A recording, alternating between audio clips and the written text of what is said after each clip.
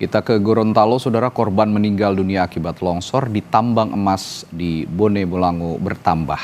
Hingga 3 hari masa pencarian, tim SAR gabungan mengevakuasi 23 korban meninggal dunia. Untuk mempercepat proses pencarian dan evakuasi, Basarnas mengerahkan sebanyak 30 personel Basarnas Special Group serta 10 orang personil dari kantor pencarian dan pertolongan Manado yang dilengkapi dengan peralatan khusus. Hingga Rabu pagi, total korban telah mencapai 135 orang, 23 meninggal, 81 orang selamat dan 31 orang dinyatakan masih dalam pencarian di lokasi longsor.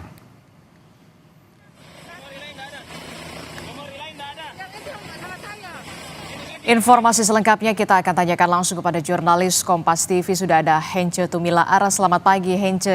Bagaimana perkembangan pencarian terhadap korban dan penanganan bencana longsor tambang emas di sana, Hence?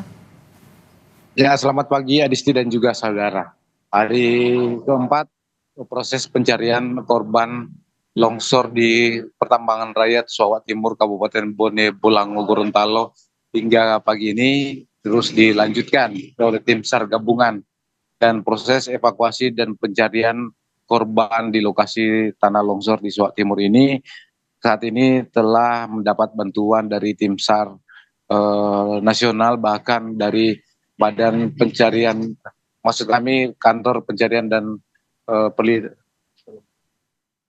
pertolongan dari Manado.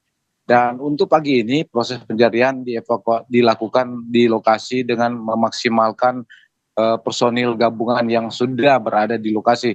Sementara tim SAR gabungan juga telah mempersiapkan sejumlah personil untuk membackup pencarian di lokasi. Dan informasi yang kami peroleh terkini bahwa dari petugas sudah mengupayakan satu alat berat berupa ekskavator untuk membantu proses penggalian atau pencarian korban di lokasi.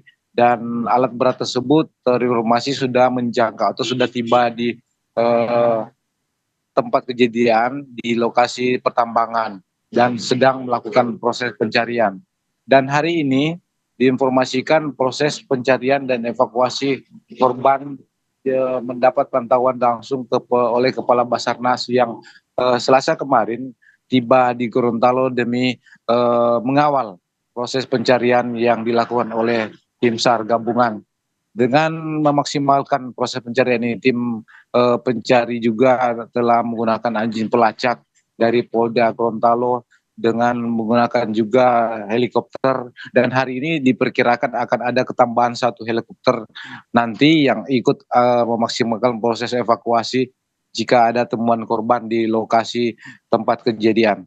Dan hari ini meskipun cuaca buruk di wilayah Gorontalo dan di tempat kejadian, proses pencarian terus dilakukan oleh tim SAR gabungan dengan sejumlah personil yang kini terus ditambah menuju ke lokasi. Meskipun jarak dan medan yang harus dilalui oleh tim pencari itu begitu berat, karena ada beberapa atau sejumlah jembatan yang menjadi akses untuk menuju ke lokasi tersebut putus karena diterjang banjir bandang saat kejadian pada Sabtu malam dan Minggu dini hari. Adisti.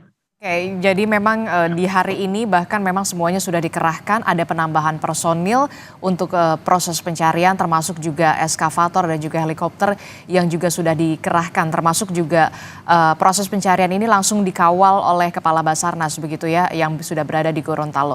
Update-nya, berapa orang petambang yang sampai saat ini masih dicari dan korban tewas seperti apa? Ya baik, untuk data terakhir yang kami peroleh pada proses pencarian dan evakuasi hari ketiga Selasa malam, jumlah korban yang masih dalam proses pencarian itu ada 31 orang.